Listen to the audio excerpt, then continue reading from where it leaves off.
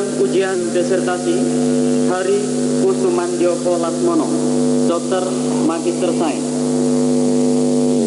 Hadirin yang terhormat, beberapa saat lagi rapat terbuka Senat dengan acara tunggal sidang ujian disertasi atas nama Hari Kusumandyoko Lasmono, Dokter Magister Sains akan dimulai. Untuk hal tersebut, perkenankan kami menyampaikan sedikit mengenai tata upacara ini. Rapat Senat Universitas Airlangga dalam rangka ujian disertasi untuk memperoleh gelar doktor pada dasarnya merupakan suatu sidang Senat Universitas Airlangga, di mana seorang calon doktor mempertahankan disertasinya terhadap sanggahan-sanggahan dari para guru besar penyangga.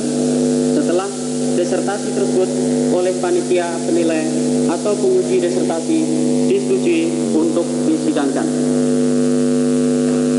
Rapat Senat Universitas Airlangga dalam rangka ujian disertasi untuk memperoleh gelar doktor dipimpin oleh rektor. Di dalam persidangan semacam ini, lazimnya calon doktor dibantu oleh seorang atau lebih paranim yang bertugas membantu menyiapkan bahan-bahan yang kiranya diperlukan oleh calon doktor dalam disertasinya. Dengan perkembangan waktu, rapat Senat ini menjadi terbuka untuk dihadiri para ilmuwan dan undangan yang berminat, sehingga sekarang dinamakan rapat terbuka Senat dan merupakan ujian disertasi tahap kedua. Adapun rektor setelah mengumumkan hasil rapat Senat akan memberikan ijazah tanda lulus pada doktor baru. Kelaziman yang ada di Universitas Airlangga adalah bahwa rektor memberikan kehormatan kepada promotor atau pembimbing utama untuk menyampaikan ijazah tersebut kepada doktor baru. Tradisi berkembang di Universitas Airlangga bahwa doktor yang baru diberi kehormatan untuk memahat namanya pada danda Universitas Airlangga. Acara selanjutnya adalah acara resepsi oleh doktor yang baru untuk mengungkapkan rasa terima kasihnya kepada seluruh hadirin yang telah mengikuti dengan tekun sidang Senat ini.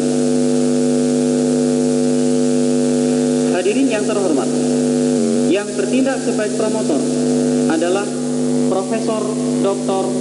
R. Sukarman, Dokter, Guru Besar dalam Ilmu Faal pada Fakultas Kedokteran Universitas Airlangga. Sedangkan sebagai co-promotor 1 adalah Profesor Dr. R.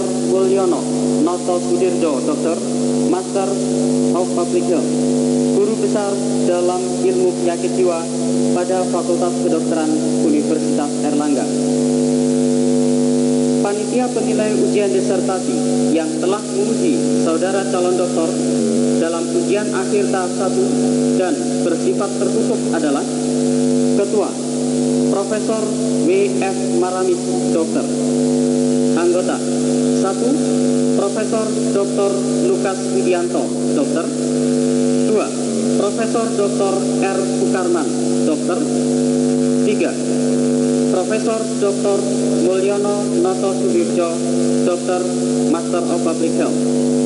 4. Profesor Sulaiman Yusuf, Dokterandes. 5. Dr. Muhari.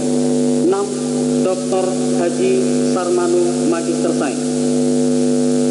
Diperoleh berita bahwa yang akan mempergunakan kesempatan untuk menyanggah dan atau mengajukan pertanyaan dalam sidang ini adalah 1. Profesor Dr. R. Sukarman, Dokter. 2. Profesor Dr. Mulyono Noto Sudirjo, Dokter, Master of Public Health. 3. Profesor H.R. Sudarto Joyonegoro, Dokter. 4. Profesor Sri Utari Purnomo, Dokter. 5. Profesor Dr. Rumwerdiniadi Sudoko, Dokter. 6. Profesor I.A. Ferdinandus, Dokter. 7. Profesor Suhartono, Dokter. 8. Profesor W.F. Maramis, dokter. Sedangkan sebagai paranim atau pendamping calon doktor adalah Yati K. Puji Budoyo, dokteranda, sarjana utama. Kedua, Hartanti, dokteranda. Bertindak sebagai penjaga sidang yang lazim disebut pedel adalah R. Darmawan, dokter gigi, mahasiswa pada program Pasca Sarjana Universitas Airlangga. Rapat terbuka Senat Universitas Airlangga segera dimulai.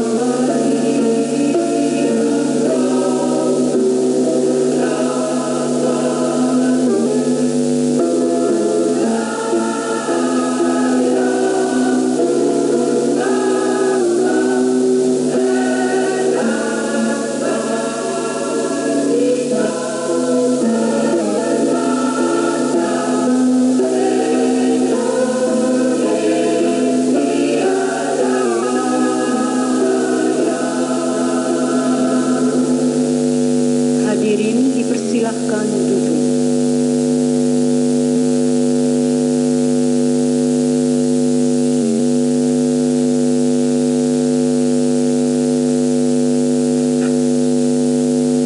Assalamualaikum warahmatullahi wabarakatuh. Dengan ucap syukur kehadirat Tuhan Yang Maha Esa, kita dapat berkumpul di ruangan sidang ini untuk mengikuti rapat terbuka Senat Universitas Airlangga dengan acara khusus ujian untuk memperoleh gelar doktor atas nama Dr. Hari Kusumandiyoko Lasmono, Magister Sains. Dengan diawali ucapan Bismillahirrahmanirrahim, saya buka rapat Senat ini.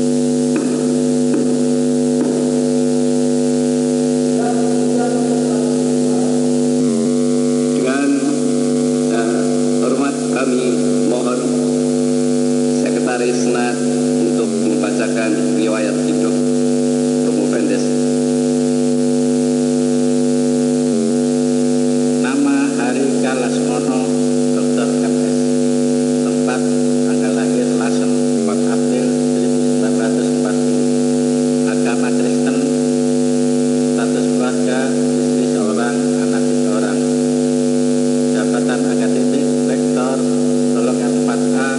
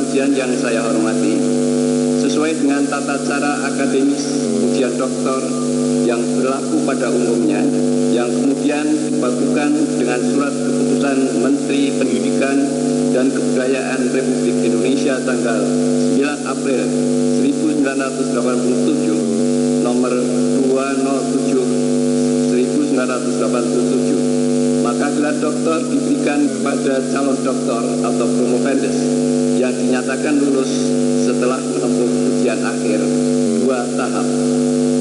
Promovendes Saudara Dr. Hari Kusumandyoko Lasmono, Magister Sains, telah melampaui ujian akhir tahap pertama yang bersifat tertutup dan telah dinyatakan lulus untuk diperbolehkan menempuh ujian di hadapan Senat Universitas. Pada saat ini Senat bersidang untuk melaksanakan ujian akhir tahap kedua yang bersifat terbuka untuk mempertimbangkan pemberian gelar doktor kepada promovendes. Karena banyaknya penanya yang ingin menggunakan kesempatan ini, yaitu tidak kurang dari 8 orang, maka saya mohon kesediaan saudara untuk membatasi waktu dan jumlah pertanyaan sehingga semua penanya mendapatkan kesempatan. Saya minta saudara Pedal untuk menjemput promovendes.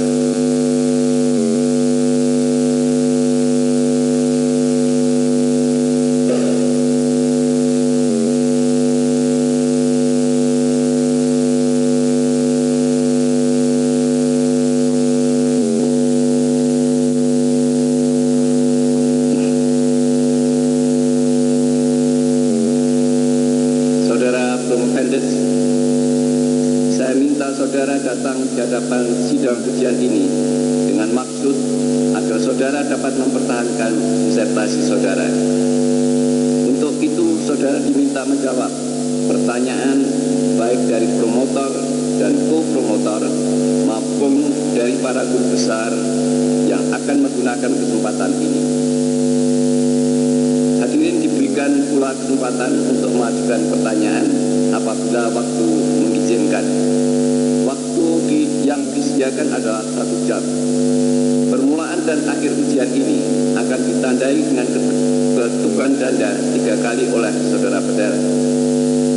Sebelum kesempatan ini diberikan pada saudara promotor dan para penyangga, saya ingin bertanya terlebih dahulu kepada saudara promovendes, apakah saudara pada saat ini merasa sehat jasmani dan rohani serta telah siap untuk diuji?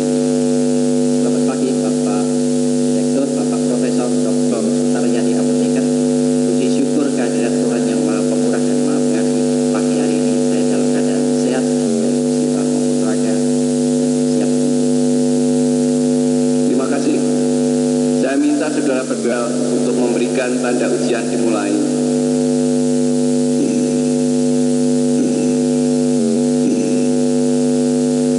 Jam di dinding menunjukkan jam 10:11 dan saya minta saudara Pedal kembali pada pukul 11:11. Saya persilakan saudara promotor Profesor Dr. Sukarman untuk mengajukan pertanyaan-pertanyaannya. Saudara Hari, sebagai pembimbing, saya sudah sering berdiskusi dengan saudara dan sudah menguji ulang waktu jam tertutup. Namun ada 2 pertanyaan yang saya ingin mendapatkan keterangan dari saudara.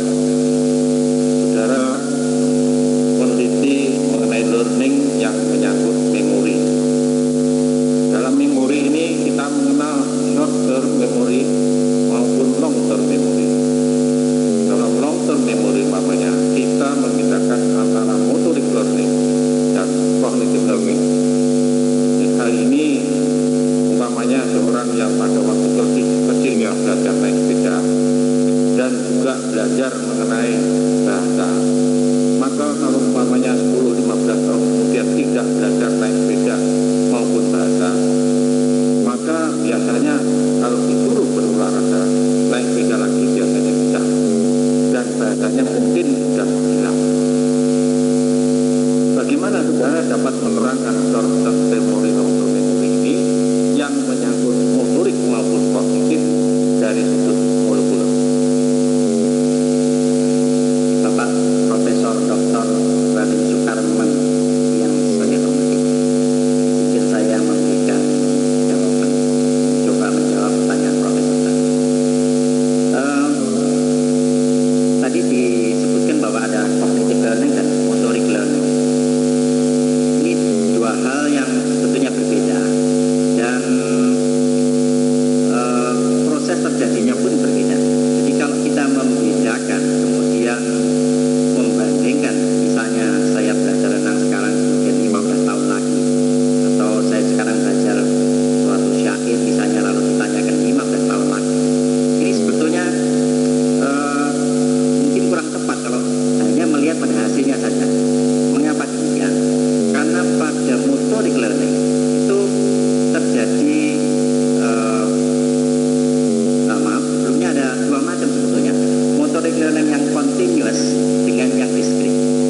Nah, yang continuous itu misalnya naik sepeda, nah, jadi gerakannya itu sederhana dan umumnya diulang-ulang. Dan di samping itu mungkin juga terjadi yang disebut overload, umumnya tidak terjadi pada cognitive learning. Overlearning itu begini, misalnya saya belajar naik sepeda, mulai belajar renang misalnya, mulai sekarang, kemudian 3 bulan yang akan datang, saya bisa renang dengan sempurna satu gaya misalnya. Nah,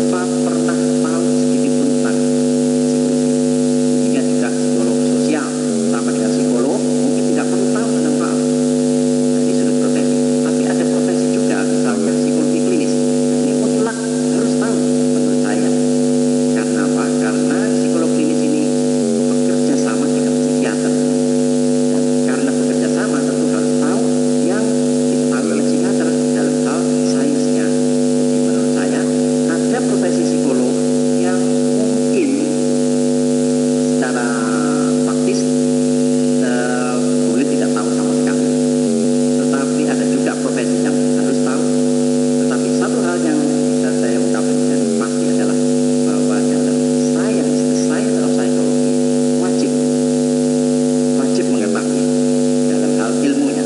Nah, mungkin saya boleh minta untuk melihat halaman 5 Romawi, besar maupun buklet. Di situ saya kutip beberapa ungkapan dari beberapa tokoh. Yang pertama adalah dari Johannes Müller yang mengatakan bahwa nemo psikologus nisi fisiologus, artinya seorang tidak mungkin menjadi psikolog yang baik kalau dia tidak mengerti paham. Itu tahun 1840. Nah, mungkin saat itu beliau belum dianggap sebagai psikolog karena psikologi baru muncul diakui sebagai suatu sains pada tahun 1876 tidak salah. Baiklah, tapi beliau adalah cikal bakal dari ahli faal yang kemudian menekuni psikolog. Kita lihat tahun 83 di seorang pakar psikologi Amerika keturunan Jerman yaitu Richard Handley. Beliau mengatakan bahwa psychology is the basis of the social sciences dan the top puncak dari biological sciences.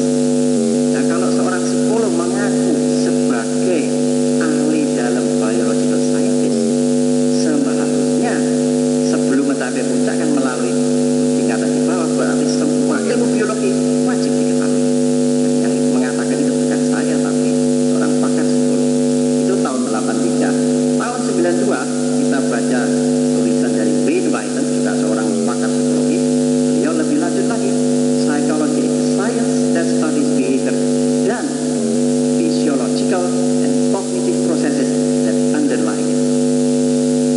Untuk mempelajari behavior harus dipelajari apa yang melandasi behavior, apa yang melandasi behavior, cognitive processes dan physiological processes. Kesimpulan akhir, wajib ya, untuk seorang scientist psikolog untuk mengetahui paham. Banyak pendapat pribadi saya tadi tidak beda dengan pendapat para pakar psikologi, tapi ya, up to the psychologist bagaimana pendapat mereka. Ya, Terima kasih, Saudara. Terima kasih, Saudara Profesor Tarman.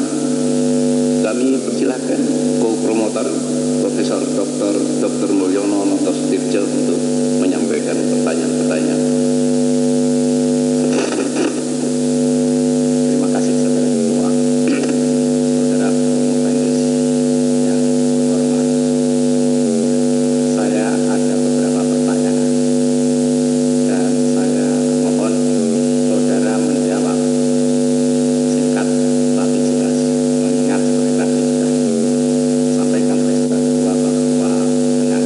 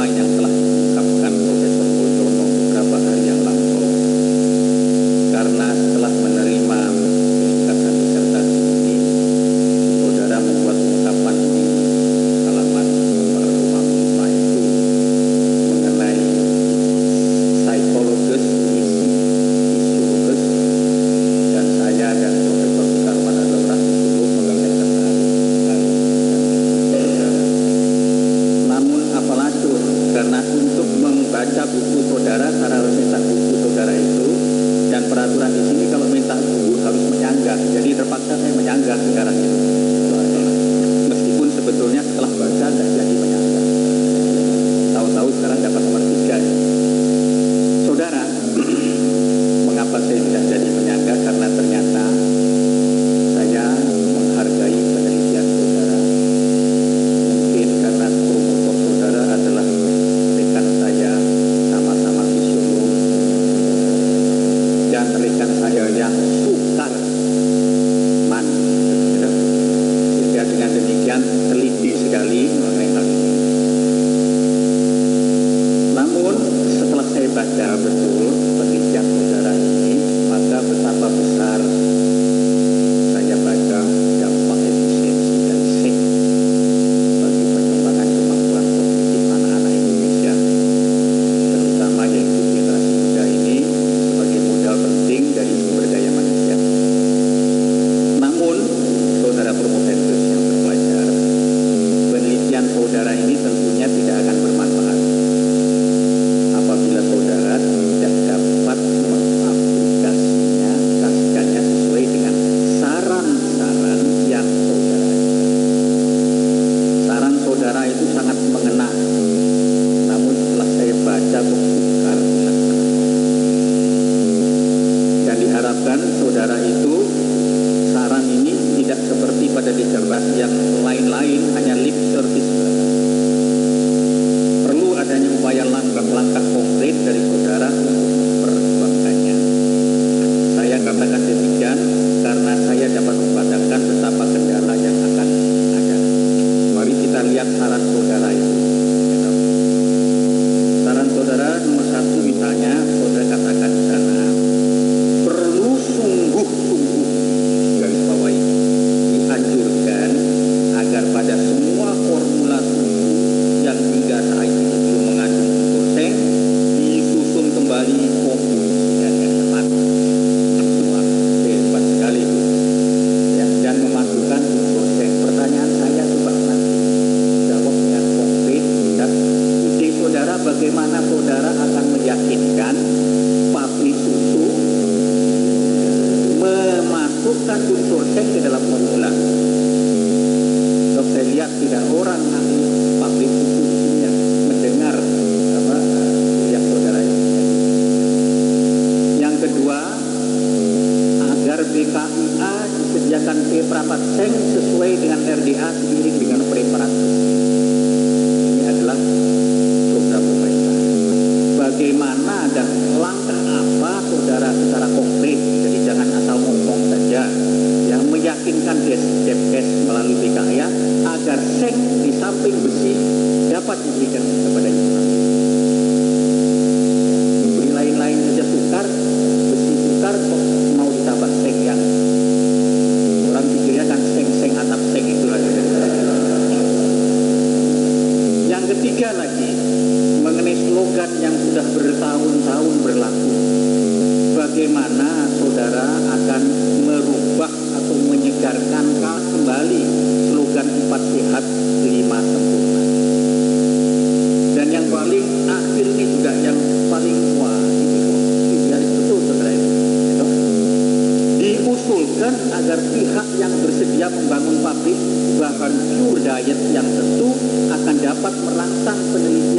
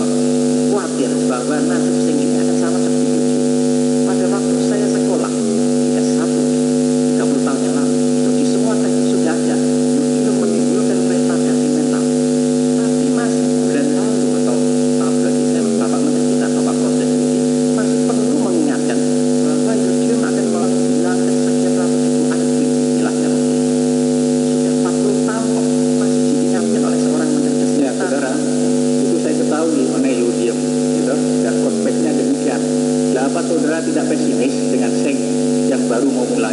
Nah, kita ini kan selalu belajar. Kita belajar dari pengalaman. Kalau itu Yurjun menimbulkan pengalaman dulu, bisa mau diulang oleh Bapak Menteri kita, mestinya ada program-program yang langsung bisa dilaksanakan. Ya, ini harapan saya. Itu kira-kira yang pertama. Yang kedua, FDA. Sudah ketemu Pak Martin Sulit? Belum. Oh, belum. Kan, ini belum diuji, jadi belum tentu disetujui. Kalau nanti misalnya disetujui, insya Allah saya akan memberanikan diri untuk coba-coba ya. Itu yang pertama, yang kedua RDA, DPS ya itu tadi. Nah, yang RDA tadi baru Prof. Yang kedua tadi Adalah usulan saudara kedua. oh, bagaimana saudara bisa memberikan seng kepada ibu hamil seperti besi pada ibu hamil di Thailand. Oh, ya. Jadi kita pakai yang generik saja. Kalau sulfat ferrosis yang mahal itu bisa 1 sampai 500 sampai 1.000 rupiah. Tapi kalau kita buat generik itu saya kira hanya beberapa rupiah. Seng sulfat Itu bukan yang saya maksud. Saya memang bagaimana saran saudara kepada petingkat BKIK atau DPS itu dapat mau memasukkannya. kalau saya pribadi pasti tidak bisa. Itu lewat jalur birokrasi dari DPS pastinya. Ya, program. Kemudian yang ketiga pasti ada masuk sempurna. Nah, ini sekarang kan kita di workshop itu katakanlah dengan informasi yang membuat kita khususnya remaja kita itu melupakan yang disebut pasca lima sempurna, mungkin gengsi atau apa. Nah, justru karena itu saya mengajukan dalam saran kita bantuan pada health psychologist. Ini banyak proses disiplin baru yang mampu membantu para dokter untuk menginovasi masyarakat. Kan psikolog itu meningkatkan harkat masyarakat. Nah, health psychology ini suatu ilmu baru yang melibatkan pakar-pakar psikologi kesehatan tadi untuk turut serta dalam pemrograman. Jadi kalau kita serahkan pada dokternya atau pada mantri, suster ini beliau-beliau sudah sangat sibuk ngurusin soal perilaku. Saya kira nggak ada waktu. Nah, kita pakai pakaran dari disiplin lain dan tentunya adalah health psychologist tadi. Saya yakin bahwa beliau-beliau para kakak itu mampu berperan serta. Sekarang itu belum karena mungkin belum kenal atau bagaimana. Itu caranya, salah satu caranya. Jadi saya kira promosikan health psychologist untuk berperan serta dalam tiap puskesmas kalau bisa. Dan tidak perlu ada pengangguran sarjana atau pengangguran psikologi. Asal saudara sendiri berkenan untuk mempelajari hal tersebut dengan sungguh-sungguh. Kemudian yang mengenai pure diet, ini harapan Pak. Karena apa? Saya mengalami sendiri betapa sulitnya untuk membuat takaran seng yang tepat. Sebenarnya saya ingin memakai red, itu lebih mudah, lebih besar dan lebih gampang walaupun lebih mahal. Tapi kebutuhan red dengan mild itu lain. Red itu kebutuhannya lebih sedikit, sehingga saya harus membuat suatu dosis yang marginal tadi. Dan ini untuk sementara belum mampu dibuat karena sulitnya meramu komposisi sehingga sengnya itu tersisa sangat sedikit. Nah, kalau ada pabrik pure itu mudah saja kita buat komposisi yang pure, jadi seperti astronot yang makan yang paling penting saja dan tidak ada bahan sisa. Itu harapan. Ini memang sulit ini menyadarkan para konglomerat karena tidak menguntungkan, pasti tidak menguntungkan. Nah, mungkin dalam hal demikian ini pemerintah yang harus turun tangan ya Pak. Saya kira sekian ya. Jadi masih angan-angan kan? Harapan yang sangat besar kalau pemerintah sadar bahwa ini menyangkut sumber daya manusia dan di pihak lain itu selalu mendengung-dengungkan ya, kalau sumber dayanya bahwa tidak mencapai level reaksi-nya kan percuma. Terima kasih. Mudah-mudahan jangan istilah nafsu besar, tenaga kurang.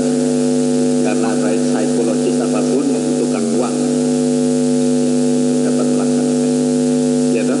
Ya, terima kasih atas jawaban. Terima kasih. Kami persilahkan Profesor Dr. Sriftari Purnomo. Terima kasih atas kesempatan. Sebenarnya banyak sekali pertanyaan yang akan saya ajukan. Tapi karena masih banyak penanya-penanya yang ingin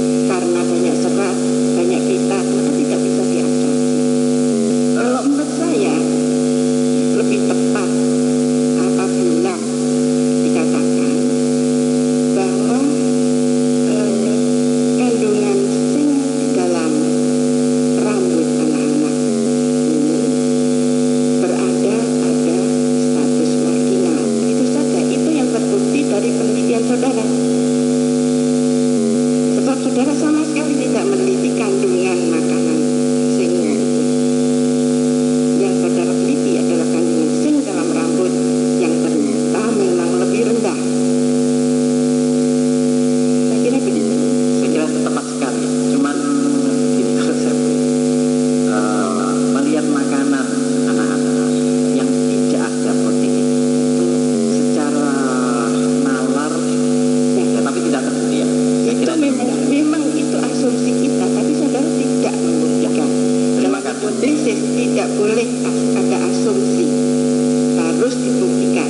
Sebab hipotesis adalah jawaban dari masalah. Terima kasih Prof. Ini sekedar koreksi.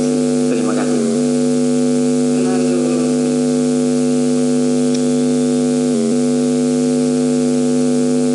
saya kira itu ya, saya kira juga menyambung saran dari Pak Darso tadi. Ini sebetulnya ini ekstra. Pak Darso bilang bahwa saran saudara pada puskesmas tadi perlu ditambahkan zinc samping Fe. Saudara menyebut juga bahwa Fe dan zinc adalah berkompetisi dalam absorpsinya. Saya maaf ya, saya dari biokimia jadi mengenai hal ini. Saya kira tidak cukup dengan saran saja. Ini memerlukan penelitian tersendiri. Berapa dosis yang tepat zinc dan Fe, sehingga dua-duanya dapat diperlukan. Sebab Fe memang vital bagi ibu-ibu hamil, demikian juga zinc. Tetapi keduanya berkompetisi. Jadi saudara tidak cukup hanya menyarankan saja. Kalau saya akan menyarankan, hendaknya dilakukan penelitian berapa dosis zinc yang dapat diberikan bersama-sama dengan Fe pada ibu hamil. Itu lebih konkret. Jadi mungkin saudara akan meneliti pada suatu hari, dan dengan data yang konkret Anda dapat menghadap Menteri Kesehatan. Sebab kalau begitu saja saudara mengharap ditanya berapa dong dosisnya, saudara tidak bisa menjawab, ya kan? Begini Prof. yang saya hormati, kita bisa ambil jalan tengah, yaitu pemberiannya tidak bersamaan. Sebab kalau kita menunggu penelitian lagi, selama sekian tahun itu akan lahir sekian puluh ribu manusia Indonesia. Hanya karena kita menunggu hasil penelitian, padahal ada jalan tengah. Kalau masuknya itu tidak bersamaan, itu tidak terjadi kompetisi. Ya, saudara maksud jalan tengah itu bagaimana? Jadi minumnya Fe jangan bersamaan dengan zinc. Kapan dong menerima diberi Fe, kapan diberi zinc? Kan 24 jam bisa juga kita, asal tidak bersamaan. Jadi Jalan tengah maksudnya sementara.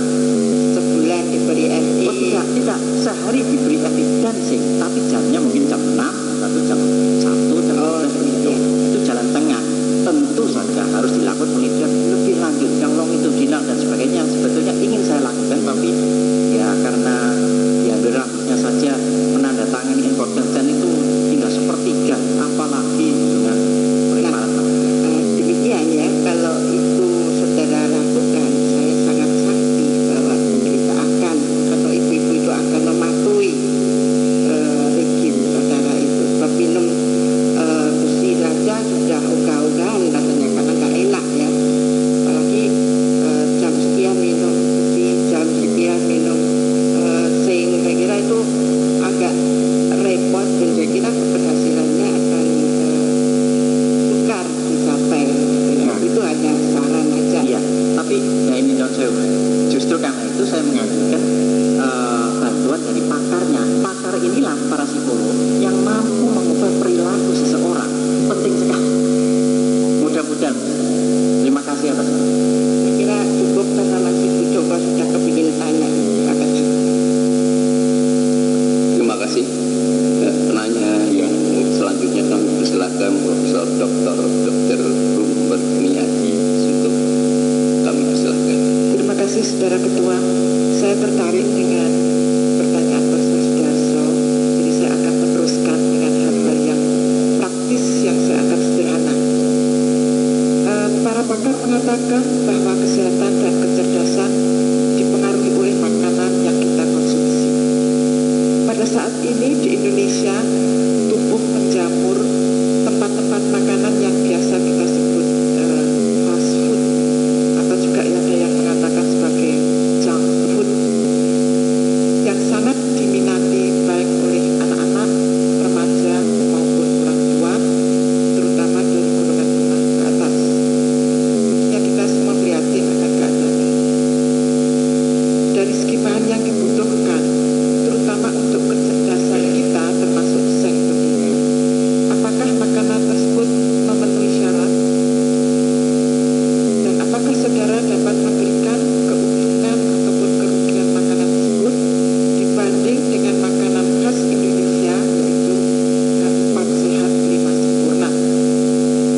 Dan bagaimana kita bisa menanggulangi menjamurnya fast food tadi, misalnya memang kurang menguntungkan? Apakah misalnya kita perlu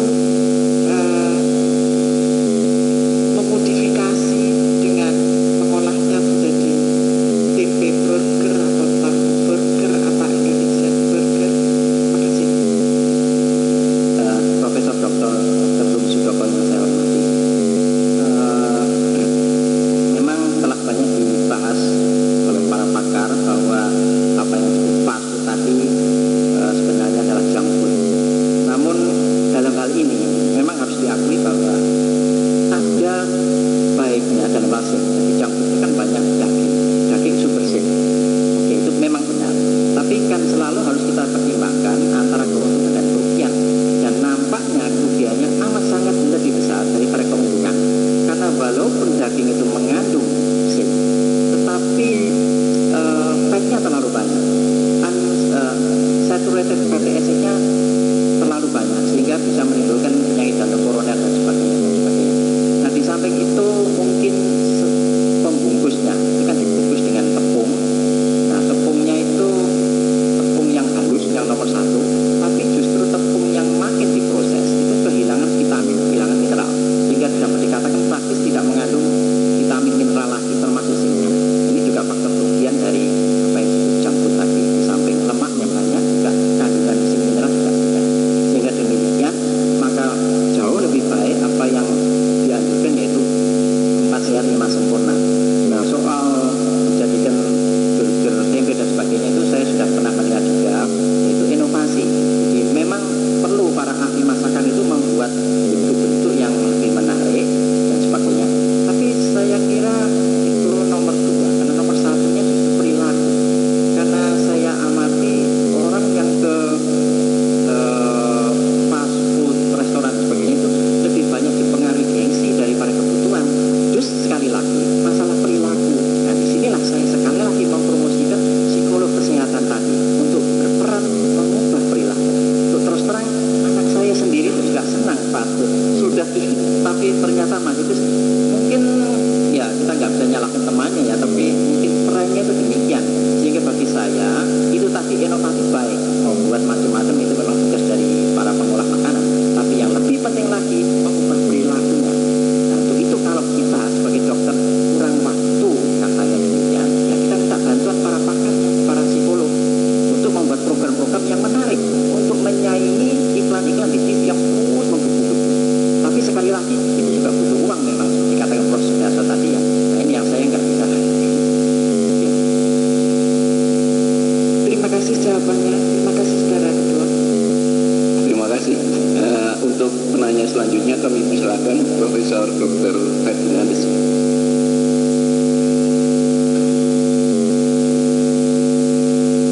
Terima kasih Bapak Ketua, saudara jurnalis yang kami hormati.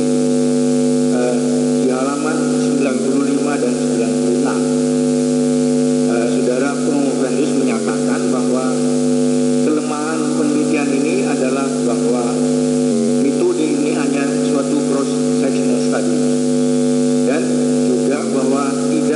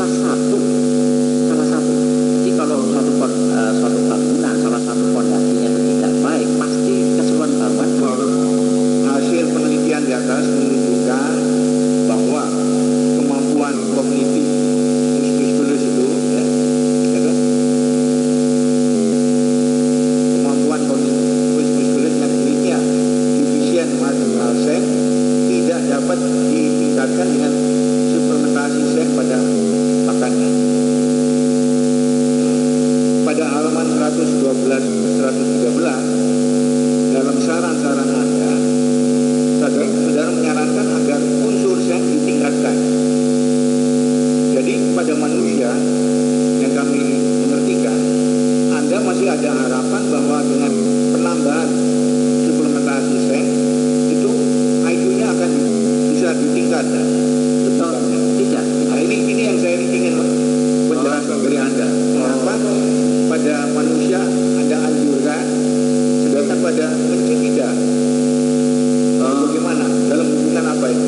Begini Pak, ada masa kritis, sama seperti pada jujur. Kalau masa kritis dilampaui, berapapun yang diberikan, ini tidak akan mengubah lagi. Sudah terlanjur Pak. Itu pada Manusia juga demikian. Manusia apa juga? Manusia demikian. Tapi toh manusia itu butuh sing selama hidup. Karena kita tahu sing ini berperan dalam enzim untuk sintesis protein. Sintesis protein tetap dibutuhkan selama hidup untuk pengganti. Khususnya pada saat pertumbuhan sangat dibutuhkan. Tapi setelah tidak tumbuh, pergantian kan perlu protein juga. Juga dibuat oleh sing, oleh dikatalisasi oleh Oke, sing. saya kira cukup. Terima kasih. Masih ada satu pertanyaan. Saudara tadi mengatakan bahwa seorang psikolog itu harus mengetahui juga mengenai mahal. Saya ingin menambahkan bahwa Anda sebagai psikolog tidak hanya harus mengetahui mahal saja, tapi anatominya juga. Sebab mengapa? Sebab fisiologi itu terlaksana di dalam gelanggang fisik sesuatu. Nah, itu yang anatominya. Ini yang Anda menyatakan di dalam halaman 85 ya.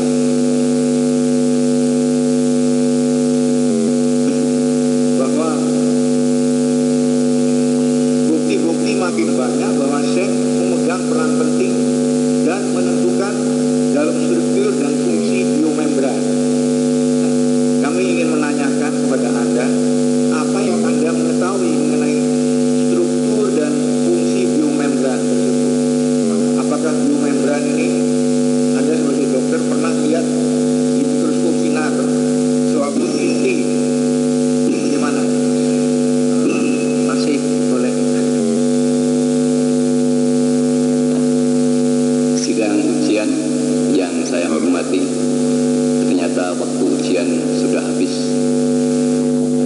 Dengan permintaan maaf kepada Profesor Dr. Suarsono dan Profesor Maramis yang jauh-jauh kembali dari Amerika namun tidak mendapat kesempatan untuk mengajukan pertanyaan-pertanyaan yang belum dapat giliran untuk menyanggah pada kesempatan ini, maka semangat akan bersidang dalam sidang tertutup untuk mengambil keputusan dan penilaian terhadap disertasi saudara Promovendes, dan sehubungan dengan itu rapat saya tunda kurang lebih 25 menit.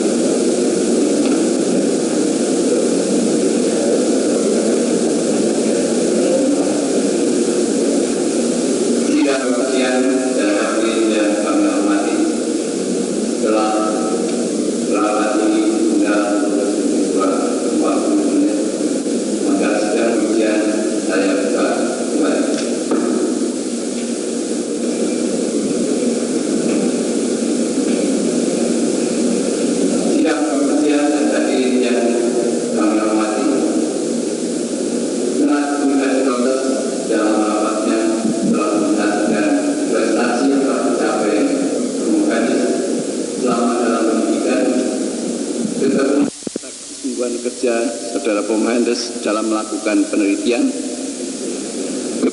dan ketekunannya dalam mempelajari kepustakaan, kemampuan Promovendes dalam menarik kesimpulan yang bermanfaat cara-cara promovendes di dalam mempertahankan disertasinya menggambarkan betapa promovendes menguasai dengan baik bidang penelitiannya, semangat saudara promovendes di dalam upayanya menyelesaikan pendidikan, kredibilitas ilmiah, serta kegunaan dan sumbangan berharga dari disertasi promovendes untuk ilmu pengetahuan masyarakat dan umat manusia,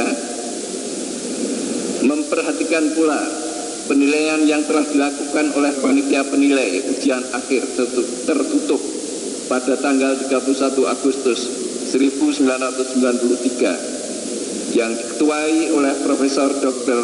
Maramis. Segala peraturan dan wewenang yang ada pada Senat Universitas Airlangga dengan ini memutuskan bahwa disertasi saudara promovendes diterima, dan dengan demikian saudara Dr. Hari Kusumandioko Lasmono, Magister Sains, telah menyelesaikan pendidikan doktor dalam bidang ilmu kedokteran serta dinyatakan lulus dengan predikat sangat memuaskan.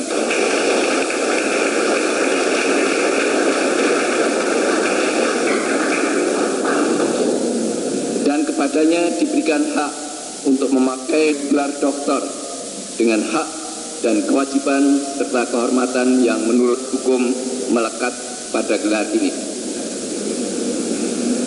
Kami berikan kesempatan kepada saudara promotor untuk menyampaikan ijazah doktor kepada doktor yang baru.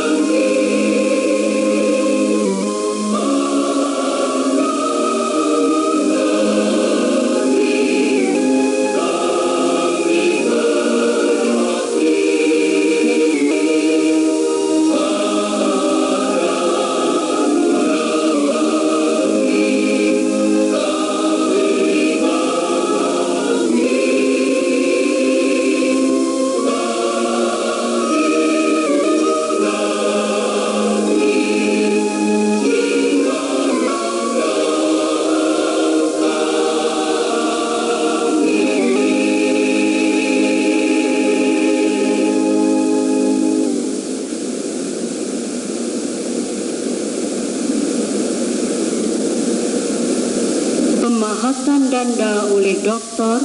Hari Kusumandioko Lasmono, Dokter Magister Sains.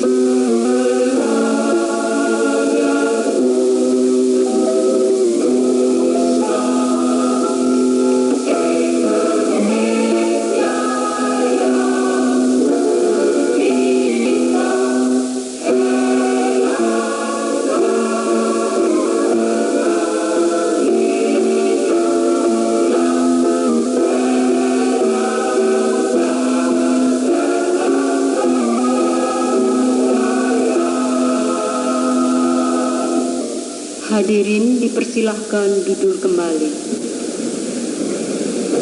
Sidang ujian selesai.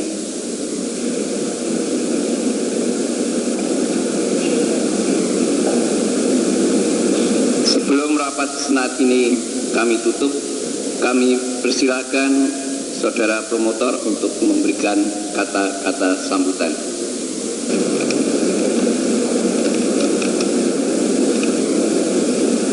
Assalamualaikum warahmatullahi wabarakatuh. Marilah kita panjatkan puji syukur kehadirat Allah Subhanahu wa taala yang telah memberikan barokah, hidayah maupun inayah pada kita semua sehingga kita dapat menghadiri ujian terbuka ini. Yang terhormat Rektor Universitas Airlangga, Direktur Program Pascasarjana, dengan para asisten direktur serta para guru besar dan hadirin sekalian, perkenankanlah saya sebagai orang pertama yang mendapat kesempatan pertama untuk mengucapkan selamat pada Dr. Hari Lasmono MS yang maha terpelajar atas prestasinya. Dengan ini pula saya mengucapkan selamat dan saya mengucapkan terima kasih pada istri dan anak-anaknya yang telah memberikan dorongan serta bantuan selama Dr. Hari Lasmono menyelesaikan studinya. Saudara Dr.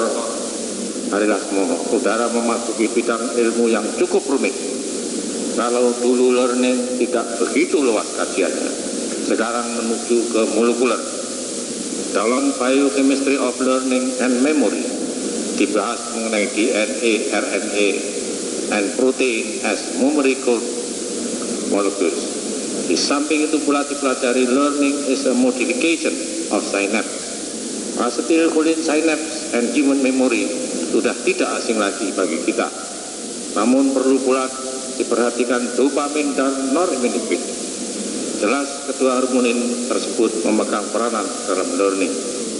Behavior dapat ditransfer dengan percobaan pada ikan yang dilatih untuk menyerang. Bila ekstrak dari ikan tersebut disuntikkan pada ikan yang lain, maka ikan ini langsung mempunyai behavior seperti ikan-ikan yang dilatih menyerang. Defisiensi dari satu enzim dapat menyebabkan kelainan behavior. Sebagai contohnya pada fenolketonuria yang kekurangan enzim yang mengubah fenilalanin menjadi tirosin yang menyebabkan kelainan behavior. Otak kita penuh dengan enzim-enzim di mana zinc merupakan bagian dari banyak enzim dan dengan sendirinya dapat pula menyebabkan terganggunya learning.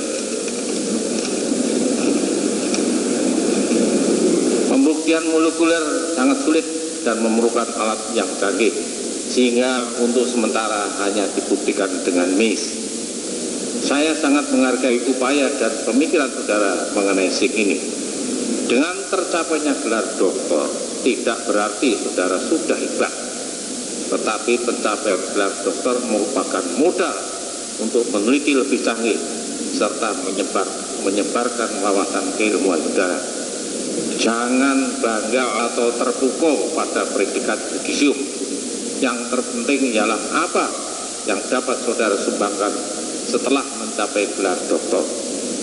Saya sendiri predikatnya dulu hanya memuaskan. Akhir kata, saya ingin menyampaikan terima kasih pada co-promotor saya, Profesor Dr. Mulyono, para penguji proposal, para penguji dan para penyangga yang telah membantu Dr. Hari Lasmono menyelesaikan studinya. Terima kasih dan wassalamualaikum warahmatullahi wabarakatuh.